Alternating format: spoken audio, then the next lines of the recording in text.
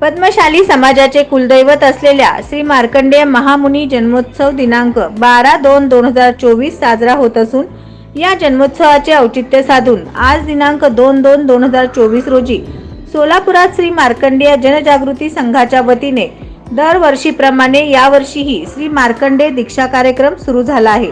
हा दीक्षा कार्यक्रम शुक्रवारी 2 फेब्रुवारी पासून ते सोमवारी 12 फेब्रुवारी पर्यंत 11 दिवस चालणार आहे।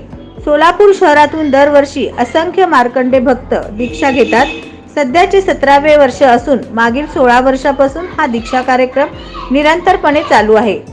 ही दीक्षा परमपूज्य श्री श्री नरसय्या गज्जल महाराज व अखिल आंध्र साधू परिषद अध्यक्ष श्री श्री श्री परविद्यानंदगिरी महाताजी हैदराबाद यांच्या मंत्रमोक्षाने साक्षीने हा दीक्षा कार्यक्रम सुरू केला जातो।